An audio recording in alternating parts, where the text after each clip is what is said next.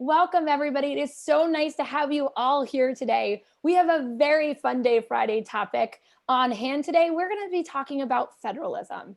But because it's Friday, we get to have great guest speakers join us today. And we have brought you a really impressive guest speaker today. We're going to be here with Jeff Rosen, our president and CEO of the Constitution Center. We're going to be talking about federalism, and we get to bring in Mr. Jefferson as well. So Jeff Rosen, Mr. Jefferson, welcome to class. We are so happy to have you both.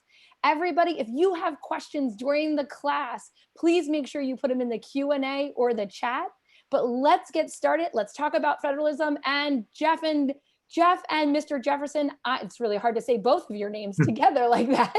I can't wait to talk about federalism, what it is, and also Mr. Jefferson's love-hate relationship over his lifetime with federalism. So are you ready to begin? That sounds great, Curry. I'm so excited to be here too, and to talk about federalism and to ask Mr. Jefferson questions about it. And Curry and I will both have lots of questions for you. I guess I can call you Mr. President or Mr. Jefferson. But friends, remember, we're talking, what is federalism? It has to do with the balance between state and federal power.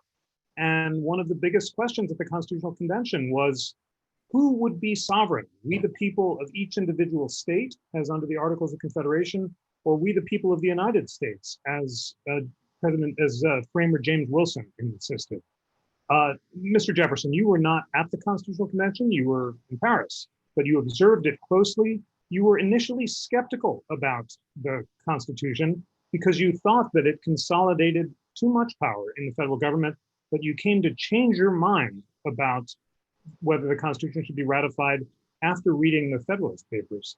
Tell us about what your initial questions about the Constitution for consolidating too much power involved. Thank you for your question, President Rosen, and also Madam Sautner. Thank you for orchestrating our meeting today. It is a pleasure to be here. Well, here, I think the modern parlance for that in our current situation is here. But here at the National Constitution Center, in 87, I was frustrated. 1787, I understand you need a little specification sometimes now. It wasn't as confusing in my day. In 1787, I was frustrated because I wanted to be part of that convention. I was in France. I won't say stuck in France. I was enjoying myself as best as possible, especially in the beginning of that summer. I was on the far end of my tour of most of the vineyards of France. Difficult choice to make. Are you going to spend your summer in a room full of politicians or in some of the best vineyards in France? Anyhow, when I first received copies of it later that winter, so this is before ratification of the Constitution, when I first received copies of it, that was my first introduction to the real content of it. As much as I plied him with questions, James Madison would not tell me what was going on at the convention. He kept to his promise of secrecy. I'm glad he did, but I made it difficult for him. I was frustrated that a few specific issues with it, they didn't put any term limits on the president. Didn't like that. I was entranced by the way they balanced the powers of the government. I was most frustrated by the lack of a Bill of Rights. Again, this is 87, when I first received my copies of it. So much so that I thought, well, perhaps they ought to have the minimum number of states possible ratify it.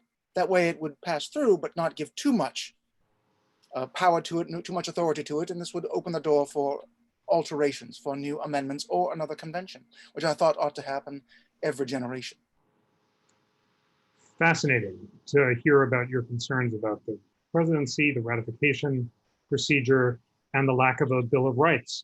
Tell us about your concern about state rights, because of course that became crucial in your career after the Constitution was ratified, and at the very end of your career, you even suggested that perhaps some of the states might secede over the question of slavery, seeming to endorse the possibility of secession. So tell us what it was about the original Constitution that you thought insufficiently protected states' rights. Well, I should add a cautionary note here when I speak about my concerns regarding states' rights, that they truly began to blossom, as it were, as Alexander Hamilton gained power after the ratification. When I first was hearing about the convention and the complaints of the so-called weakness of the Articles of Confederation, I actually wrote that there were implied powers intrinsic to the nature of the contract between the states under the Articles of Confederation that gave the Congress of the Confederacy powers that were not explicitly written into the Articles of Confederation. For instance, it had the power to tax. That means it had the power to enforce taxation. That was, of course, one of the complaints, that the states were too powerful because the Articles did not give the Confederated Congress the power to enforce taxation. But why would you give that power at all to levy taxes if you didn't have the power to enforce it? That would be splitting hairs, the kind of thing that bad lawyers do. So early on, I wasn't as worried about the powers of the states. As Alexander Hamilton gained power, as I began to see his true vision of what his bank would be, of what his assumption bill would be. Now, this is now going into when I returned from France in 1790, when the capital was in New York City.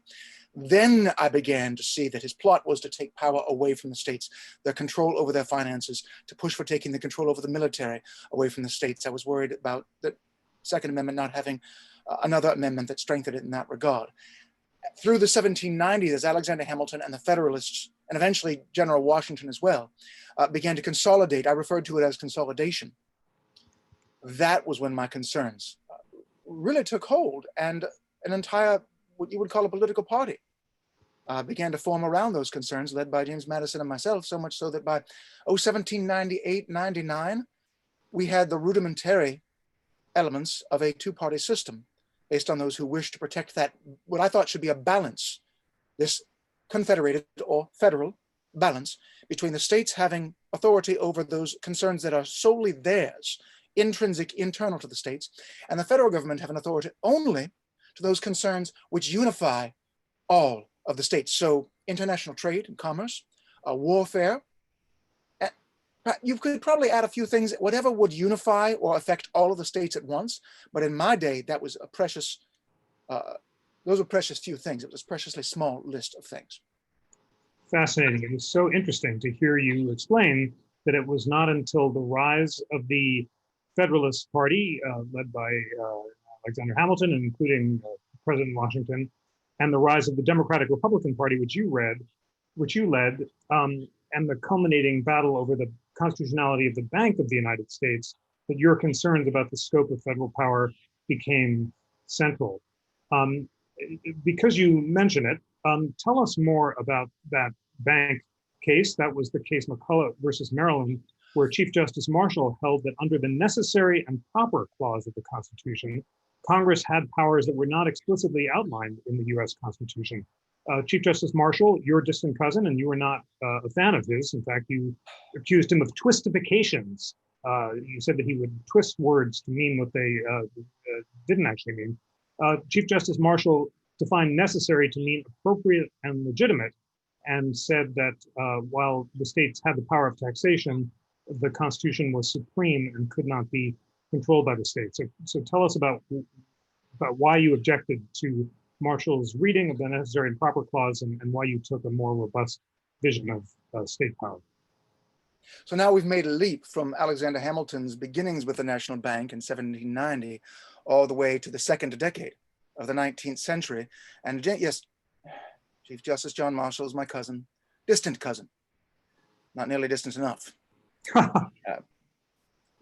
My concerns that Alexander Hamilton generated for the usurpation of powers by the federal government and the destruction of this federated balance that was originally struck in the Constitution were exacerbated by John Marshall, first with his Marbury v. Madison. So at the very beginning of my presidency was when that conflagration began, and his opinion happened shortly thereafter during my first term.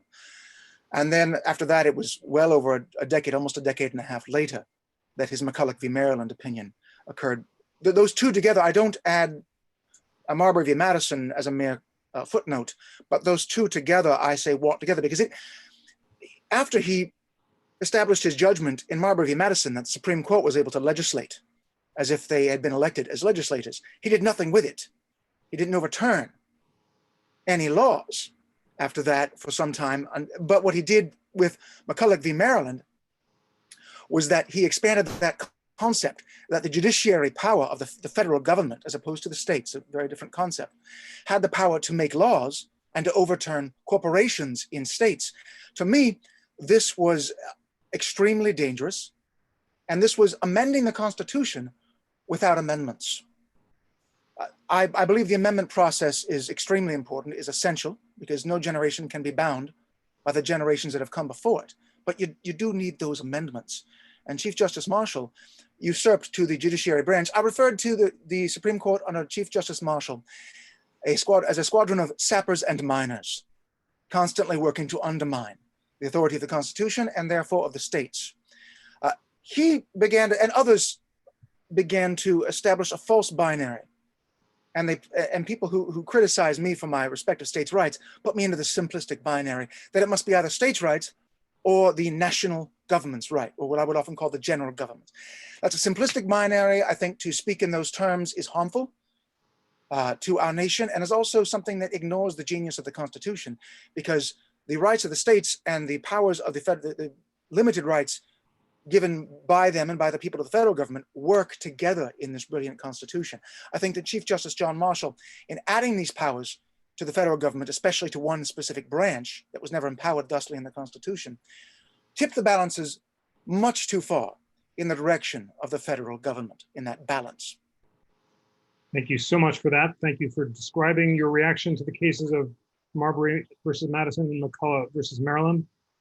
Following up on that, of course, in Marbury versus Madison, in establishing what you called the power of judicial review, or the power of judges to strike down unconstitutional laws, Chief Justice Marshall was channeling an argument made by your political opponent, Alexander Hamilton. And in Federalist 78, Alexander Hamilton said that when a judge faces a clash between the will of the people embodied in the Constitution and the will of ordinary legislators embodied in a statute or a law passed by Congress or the states, then the judge should prefer the will of the principal to the agent, the master to the servant. That was his words. At the end of your life, you questioned judicial review and said Hamilton and Marshall were wrong. So tell us more about that questioning. And this is a two-part question, because there's also a question from Jonathan Schulman in our Q&A box.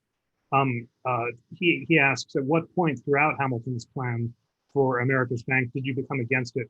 When did you think it was taking away state power? So if you can answer that, and then tell us why you think judicial review may have been wrong, that would be great. At first, I didn't see the scope of Mr. Hamilton's plans, so I helped him. I didn't realize what he was trying to do. I laid out my arguments early on in a letter to General Washington, President Washington, at the president's request. My letter, as it turned out, was much briefer than Alexander Hamilton's argument, contradicting mine, explaining that there are minor exigencies or time-pressing emergencies that must be assumed to allow the federal government to take actions that are not explicitly allowed in the Constitution. There's also the same argument that I had given before that, before the ratification of the Constitution, when I said that the Confederated Congress, so under the Articles of Confederation, had the power that was implied to enforce collection of taxes, even though it hadn't been explicitly given, because otherwise the giving of that power to levy taxes would be moot, would be useless. So that is, to me, that is what necessary means. If you cannot take this supporting action that is not explicitly stated, then the original action explicitly granted, the original power explicitly granted, is useless. That is, to me, what is implied by necessary. Alexander Hamilton, in his banking plan, had the federal government establish a corporation. Now that is very dangerous. That was something we could have allowed the American people to weigh in on directly, and we could have allowed a constitutional amendment. It was not, the Confederation had done a better job than I think it's been given credit for keeping us alive financially, though we were in trouble. He set a precedent then of doing something that was significant nationwide, and something that was not even implied in the Constitution, setting up a corporation, and something that was not an emergency. So very different than, say, my Louisiana Purchase, for instance, which was bound by the exigencies of time. Now, he did something else even more dangerous with his bank. The vast majority of the board of that bank, the vast majority of those chairs were held by private citizens, not elected by the people, not chosen by the people, therefore not watched over by the people. A tiny minority of the people who were in the board of that bank were chosen by the President of the United States and therefore directly watched over by the people. Later on, when the bank was given a new charter, it got even worse. The proportions got worse. This put the powers of the purse of the United States of America, whether we declare war, what we invest in the hands of a small group of private citizens, not known commonly to the American people, not watched over by the American people, with no other virtues other than they are wealthy. That, to me, was a fundamentally undermining threat to the nature of a constitution meant to be based on the rights of people, not property. So that was early on, and it only got worse as it went on. Your second question was about judicial review, was it, Yeah. President Rosen? Judicial review is the act of a Supreme Court justice participating in legislation, saying that a law is not law.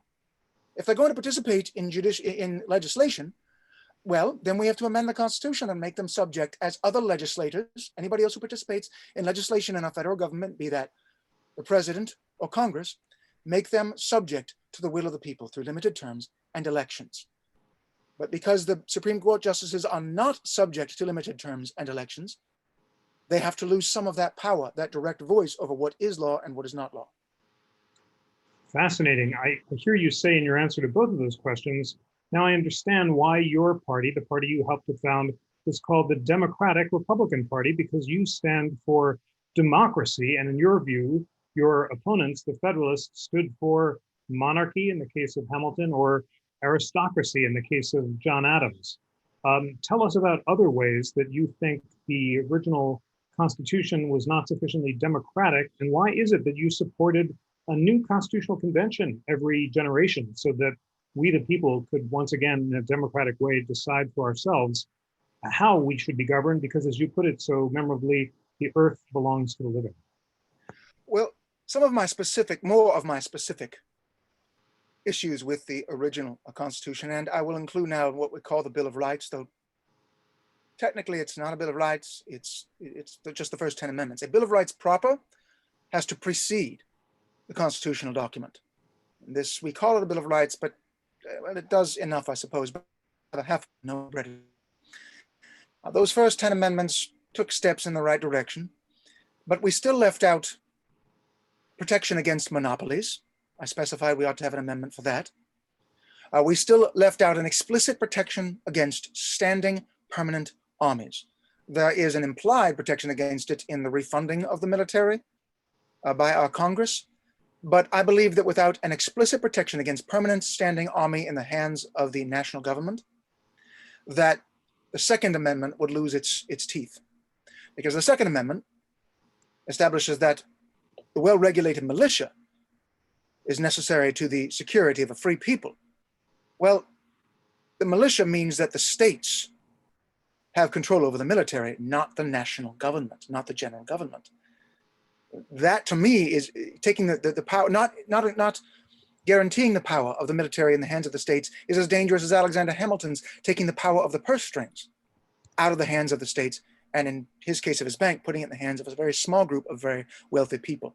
I would add that my objections to the Federalists extend not only to believing that they are monarchists, but also that they mistook the rights of property for the rights of the people. And those who study John Marshall's opinions will see that he increasingly over the years gave the rights of property and the right more credence, more power, more justification, and therefore more of his opinions than the rights of the people.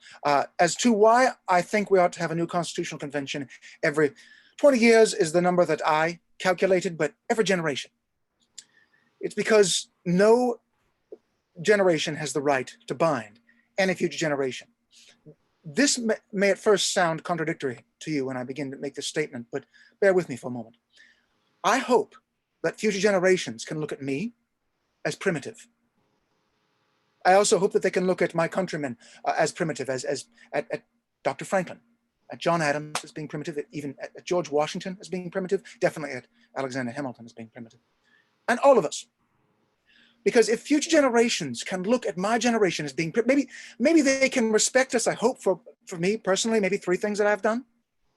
which means I don't think they have to respect everything that I've done. They have a responsibility to judge me as they will be judged by future generations. If they can respect a few of the things that I've done, maybe they'll stand up to the examination of posterity, but yet still understand and know through their study of my life and my generation that compared to future generations, we're primitives. That will mean that future generations have improved. Or not become perfect, that's not possible, but become more perfect. I think that's all we can hope for. I put it a different way in a letter to one Mr. Samuel Kercheval on the 12th of July of 1816. And I'm not going to read you, there's an extended quote, but I see we're running out of time. So I will just mention one part of the letter where I said that we might as well require a man to wear still the coat which fitted him when he was a boy, as a civilized society to remain ever under the regimen of their barbarous ancestors. Fascinating. You said so much that was important in that answer, including, and I just want to emphasize it so our friends note it, your strong opposition to monopolies. And you would have proposed a constitutional amendment prohibiting Congress from establishing monopolies, but because you thought that they were exclusive privileges that favor the rich over the working people. And that also was part of your call for a constitutional convention that would ensure that the earth belongs to the living. We have so many more questions and not a lot of time, but there's a great one from Warren who wants to know about the Louisiana Purchase. You presided over the largest purchase of land in American history, and yet your critics said that violated your strict constructionist principles, which generally held that the president could not, on his own, exercise this power. So what is your answer to those who called you a constitutional hypocrite? Well, I certainly would not try to dissuade anyone from calling me a hypocrite if they wish to. That's part of the judgment that every generation has a responsibility to exercise on those who have come before him, as long as they keep in mind they will be judged accordingly by future generations as well. Yes, strictly speaking, if I had wanted to brag about being consistent with my arguments against Alexander Hamilton and then Chief Justice John Marshall, I should have turned down that opportunity. That's if I wanted to brag, but a braggart is no leader. When I realized I had this opportunity, I also realized that I had inherited a crisis at the beginning of my presidency because Napoleon had just taken over our entire liquid western border, the Mississippi, the western shores of the Mississippi, in the retrocession of Louisiana from Spain to France. And he controlled the access to all of our Trans-Appalachian, Trans-Allegheny territories and then states because of the port of New Orleans. My initial process was hoping that perhaps Robert R. Livingston and then eventually James Monroe could purchase docking rights, maybe some property in New Orleans. Napoleon needed cash because he wanted to go back to war again. He rather liked doing it, so he offered all of Louisiana. Robert R. Livingston, James Monroe took the opportunity without asking ahead of time. I'm glad they did. And then I was presented with this opportunity, but also a threat to my ability to brag about being consistent. I submitted it to the Senate, so it wasn't just the president. And it was a treaty, not a purchase. I submitted it to the Senate. They approved it. Now, I did actually write 2 constitutional amendments that would have strictly made it constitutionally legal. James Madison, whom I would suggest anyone turn to when they have questions about constitutionality, he was my Secretary of State. He said, well, I wouldn't do that. Now I'm paraphrasing a bit here. He said, I wouldn't do that because first of all, the Federalists they don't have enough of a majority to block, a strong enough minority even to block you, but they'll slow it down. And Napoleon is famously mercurial. He'll change his mind. Secondly, if you say we cannot engage in this treaty because of constitutional issues, well, here's what that means. This is a treaty for which the United States gains land, for which we give money and goods. If I were to say that was unconstitutional, that kind of a treaty, we would have to give back all that land that we had gained under the Constitution and treaties with our Aboriginal peoples, the Native Americans here in North America, from the ratification of the United States Constitution up and through my presidency, which was millions of acres, because they were all the same kinds of treaties, just on a lower scale. There were numerous then nationally legal precedents for what the Louisiana Purchase was. That didn't justify it, though. Let me make sure that I'm clear about this. I'm not saying I'm justifying myself because Congress approved it, because it gained us land, and because I was also reelected. This is an important aspect of this as well. I put this forward to the American people during an election year, 1804. I could have kept it quiet. News didn't travel as quickly in my day as in your day. I understand in your day, if a president says something, it becomes instantaneously ubiquitous, like the twittering of the birds in the trees. But in my day, I could have kept it somewhat quiet. I wanted the American people to know what I had done, what the boundaries were, what the prices were. So during the election, they could make up their minds. In short, I said to them, have I done for you what you would have done for yourselves had you been given the time, i.e. a constitutional amendment? Now, they reelected me overwhelmingly, but that's not the point, and that would be a terrible, terrible lesson were I to say that proves that I'm right. Because that means winning proves you're right. Might is right, and that is not what our government's based on. Here's the precedent I hope I set for future generations and future presidents. Leadership means you have to walk out in front sometimes, which means you're the first one to be under fire. Leadership means sometimes you have to take a risk for those who follow you, and you don't have time to check with them all the time. So what you do is you step forward. I put myself at risk, my reputation at risk with this. And then I turn back to the people I was serving, because a leader must always remember what makes you a leader is the greater number of people for whom you are the servant. And the president must never forget he is the servant of all. I walked out in front, I took the risk, then I turned back in the election to the American people. I said, do you approve? Now, if you call yourself a leader and you walk out in front and you take an action this swift because time and exigencies press you to do so, you turn around and you find out, you see there's no one following you, and you blame them for not following you, you were never a leader in the first place. What I did was I took the risk, and then I turned to the American people and I said, I will accept your judgment of me. I committed to this action as your leader. But the important step here is not whether or not Congress approved it, not whether or not it doubled the size of the United States, Lewis and Clark, all of that. Most important step in what I hope is a precedent for future presidents and leaders is that I made sure the American people could wield their judgment on me with full knowledge of what I did, and then I made sure they knew I would accept their judgment. Wow. Well, that is powerful stuff. There is much in the chat. There's much in the Q&A. We do have to wrap up, and I'm going to give Curry the final questions to wrap up. I'm just going to note a really good point by Suzanne Chattis in the Q&A. She says, I'm confused. The modern Federalist Society is strongly for states' rights. I associate federal with national. It seems a contradiction. If I may, Susan, you're right. And Mr. Jefferson is nodding that at the time that the Federalist Party was founded, it was for national power as opposed to the Democratic Republican Party, which was for states' rights. But in the 20th century, both the Republican and Democratic Party switched so that the Republican Party became more devoted to states' rights and the Democratic Party to national power.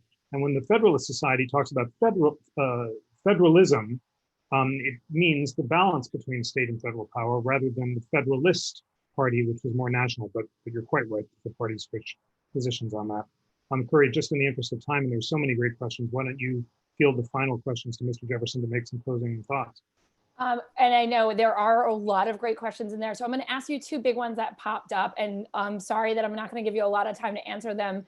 But the first one is talk about Jefferson and the expansion of slavery into the Western territories, thinking about the Louisiana Purchase and slavery moving from the East Coast out in America. And then finally wrapping up with a very different question than that, because that is a really important question, but one on a little lighter note that I really want to know your answer to. How do you like the way they portrayed you in Hamilton? That's the two questions I have from the group. The first question is by far, of course, the most important. I thought that the spread of slavery into the Western territories would water it down, would mitigate it. Once it was spread out over a wider territory, I thought between that and Eli Whitney's inventions, that would reduce the need for slavery and slaves. I didn't understand the implications of Eli Whitney's inventions. I corresponded with the man, but I did not understand what that would do. I had no idea. I thought it would reduce the need for slavery, and then over such a wide territory, it would eventually fade away. I wasn't certain that the sons and daughters of former slaves could live in peace with the sons and daughters of former slave owners, because the injuries and insults remembered by the one and the prejudices taught by the parents and the grandparents of the other might never be healed. But I thought that the Missouri Compromise was the opposite of a compromise, because it split the nation in half with a line dividing Americans. That's not a compromise. That's just Americans refusing to compromise. I really thought that we lost an opportunity to figure out a way to actually work together on it in 1819.